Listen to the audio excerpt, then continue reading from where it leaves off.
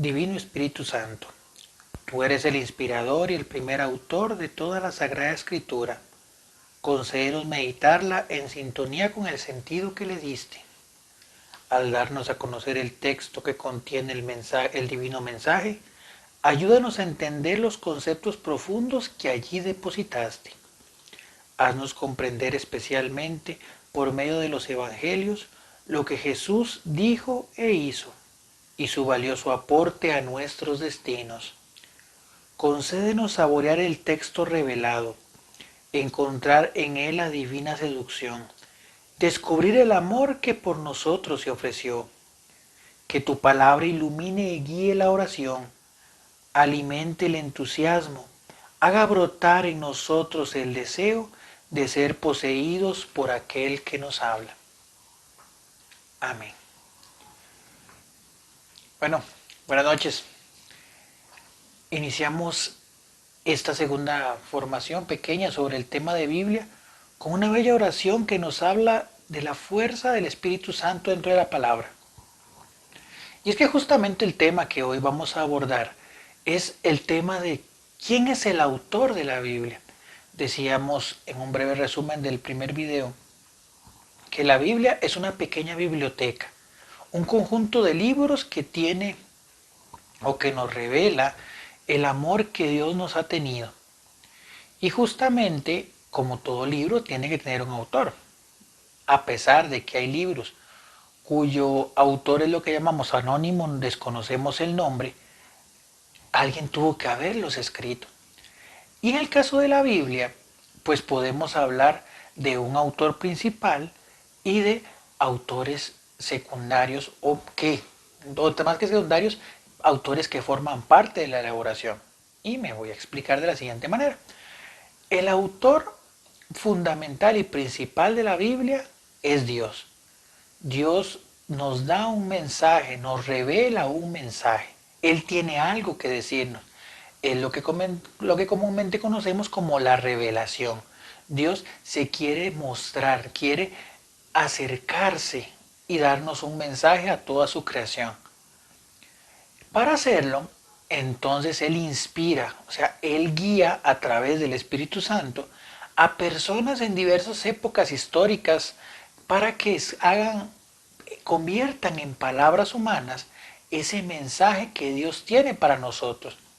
Esos autores humanos es lo que normalmente conocemos como agiógrafos, que es una palabra compuesta agios, que significa sagrado o santo, y grafos, que significa escritor. O sea, el agiógrafo es el autor sagrado, el autor humano que agarra por la inspiración del Espíritu Santo aquel mensaje que Dios quiere revelarnos y lo convierte en palabras humanas. Entonces, ok, resumiendo esto, el autor principal de la escritura es Dios, quien a su vez se vale de personas, a geógrafos, para convertir en lenguaje humano el mensaje que tiene para nosotros. Entonces ahí entra el tema de revelación y el tema de justamente inspiración. Y es que justamente es interesante ver cómo el Señor no discrimina, por decirlo de alguna manera, en las personas que Él utiliza para poder llevar el mensaje o para poder transmitir su mensaje. Entonces podemos encontrar que dependiendo de las personas, también hay diversas maneras de expresar el mensaje. Es lo que comúnmente conocemos como géneros literarios, de los cuales hablaremos un poquito más adelante. Pero podemos ver, por ejemplo, que hay libros proféticos, que hay libros pues muy poéticos con bellos cantos, como los Salmos o el Cantar de los Cantares. Podemos ver libros con muy bellas narraciones o podemos encontrar libros que son un conjunto de consejos o las cartas que vemos principalmente en el Nuevo Testamento y así diversos, digamos, pues tipos de escritos en función de la persona, del geógrafo, al quien Dios le da la tarea de convertir en palabras su mensaje. Entonces, esto nos lleva a a una realidad que es importante que entendamos. La palabra llega a una persona determinada en una época determinada. Recordemos que, por ejemplo, hace algunos años, por ejemplo, cuando yo estaba en la escuela, se hablaba de que el sistema solar estaba compuesto por 9 planetas. Hoy se habla inclusive de que son 8 planetas porque Plutón no es considerado planeta. Vean cómo conforme van pasando los tiempos, pues se van dando diversos, pues, nuevos descubrimientos o nuevas cosas. Entonces imagínense, si en esta época se han descubierto muchas cosas, y se desconocían muchas otras, ¿cuánto más se podía desconocer en las épocas cuando la Biblia fue escrita? Que estamos hablando que los primeros escritos propiamente de la palabra se van dando como en el año 1200 antes de Cristo. Después veremos un poco de cómo es el proceso de cómo se elabora la escritura. Pero, entonces, la pregunta aquí que se podría formular uno es, ¿la escritura tiene errores? Pues evidentemente, si la analizamos desde un contexto cultural o de un contexto, digamos, de conocimientos científicos, pues por supuesto que tiene errores. Pero verdaderamente la Biblia no tiene errores. ¿Por qué? Porque su mensaje no es, como lo decíamos en el video anterior, la Biblia no es un libro ni científico, ni moral, ni de historia exacta, ni de ciencias, ni nada. Es la historia y el mensaje de salvación, es la revelación de un mensaje que Dios tiene para nosotros, el cual no tiene error. Entonces, a pesar de las limitaciones temporales de conocimiento o de las personas que pudieron escribir los textos, la Biblia no tiene error porque es el mensaje que Dios tiene para su pueblo y el cual no tiene equivocación. Este principio se llama inerrancia bíblica.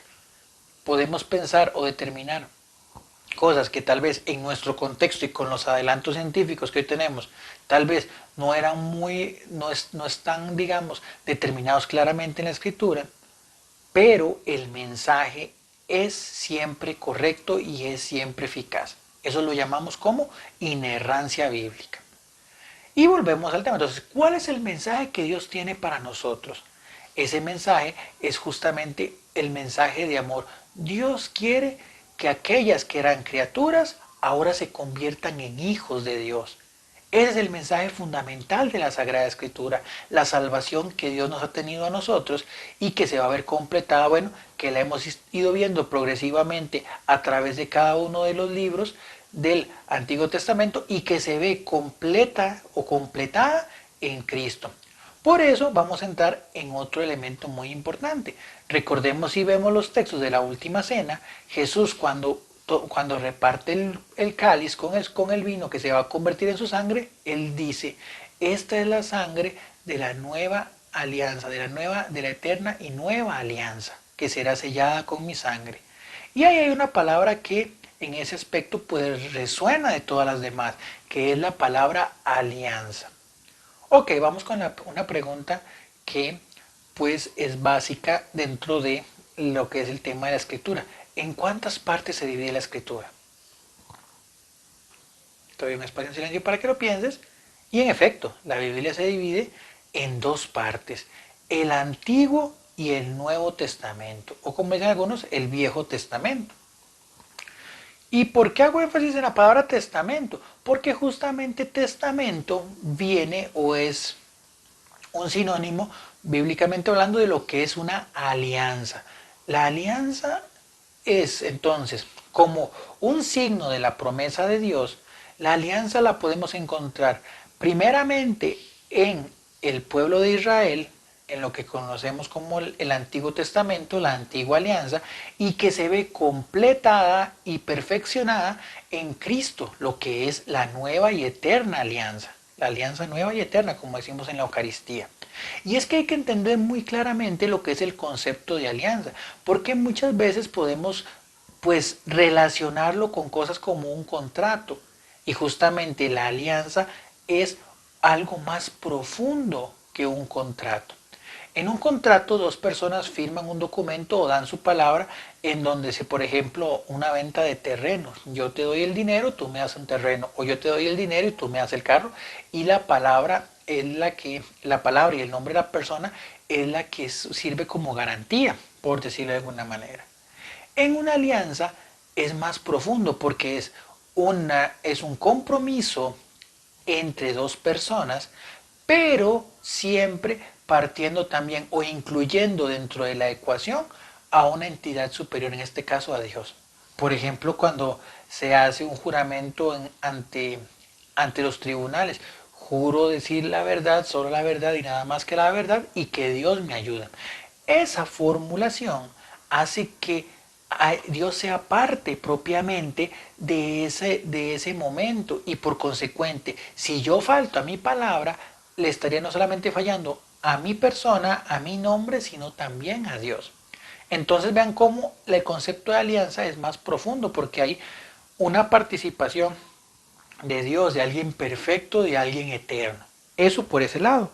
El segundo elemento es que, por ejemplo, en un contrato lo que se intercambian son propiedades. Por ejemplo, yo, yo doy igual, lo puedo hacer un day. Yo recibo dinero y entrego algo.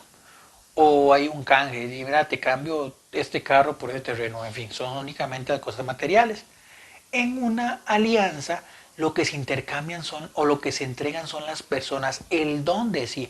Por eso decimos que, por ejemplo, el matrimonio se convierte en una alianza. ¿Por qué? Porque los esposos se entregan uno al otro, todo esto bajo la visión y la perspectiva de Dios. Entonces, eso es otra parte que tiene fuerza dentro de la alianza. Durante la escritura leemos constantemente muchos pasajes donde Dios se refiere al pueblo de Israel y dice, ustedes serán mi pueblo y yo seré su Dios. Hay una relación de pertenencia uno del otro. Se entregan todo el ser, no únicamente un objeto, no únicamente una actividad o no únicamente por un momento, es una entrega total de toda la vida. Entonces, esa es la esencia de la alianza. Dios se entrega a sí mismo, nos deja de llamar criaturas para convertirnos en hijos y desea nuestra salvación. Como dice el apóstol San Pablo, Dios ha querido que todo hombre se salve y llegue al conocimiento de la verdad. Ese es el deseo de Dios, eso es lo que Dios ha revelado. Dios se ha revelado a sí mismo. Y dice también la escritura, y en la plenitud de los tiempos se ha revelado a través de su Hijo. Y justamente lo que dice Jesús, quien me ve a mí ve al Padre. Entonces, Dios se revela como un padre que desea acercarse a sus hijos. Inspira a unas personas, los agiógrafos, los escritores sagrados, para convertir en palabras humanas ese mensaje que Dios tiene, que es un mensaje que no tiene equivocación, que es totalmente o que se presenta la inerrancia bíblica. No hay equivocación porque el mensaje de Dios es claro y conciso. Él desea que todos nos salvemos, que todos lleguemos al conocimiento de la verdad. Entonces, vean qué importante es esto para entender el significado y por qué la trascendencia de la escritura va más allá únicamente de leerla, sino que es el comprender la gran historia de amor, de entrega y de cercanía que Dios quiere hacer con nosotros. Por consecuente, no podemos abordar la escritura como un libro cualquiera. Ahora bien, dentro de esos idiomas, entonces, ok, Dios hace lenguaje humano su mensaje a través del agiógrafo. Y podemos, como les anteriormente, encontrarlo a través de cantos, a través de profecías, a través del lenguaje apocalíptico, a través de, en este caso, de narraciones, de cartas o de discursos. Entonces, eso es. Ahora bien, como decía anteriormente, ¿cuándo fue escrita la Biblia? Inicialmente la Biblia inicia como un proceso de transmisión oral. Las historias se contaban, eran parte del folclore y de la fe del pueblo. Ya por alrededor de los años 1250 a.C. se empieza a tomar apuntes porque el pueblo crece, el pueblo se ha desarrollado y para evitar peligro de que se pierda toda esa tradición oral, se empieza a escribir. La Biblia inicialmente se escribe en lenguaje hebreo y arameo, principalmente en el Antiguo Testamento. Ya llegando a los años pues 100, 200 antes de Cristo, se empieza también a desarrollar por introducción de todo lo que es la cultura helénica, la cultura griega, se empieza a hablar en griego a través de todos los pueblos del orbe y se empiezan a realizar traducciones de los textos que estaban en hebreo a textos en griego. Y ahí surgen también pues el tema de los deuterocanónicos, que va a ser prácticamente el tema del próximo video, donde vamos a ver un poco sobre el canon bíblico y qué es el canon bíblico. Después, el Nuevo Testamento se escribe principalmente en griego y algunas partes en arameo, principalmente el Evangelio según San Mateo, que como su nombre le indica, es atribuido a Mateo apóstol, aquel que era cobrador de impuestos y decide dejar su puesto para seguir al Señor. Entonces, para cerrar esta parte, bueno, recordemos en primer lugar, como iniciamos este video, es necesario y vital a la hora de que yo quiera leer la escritura.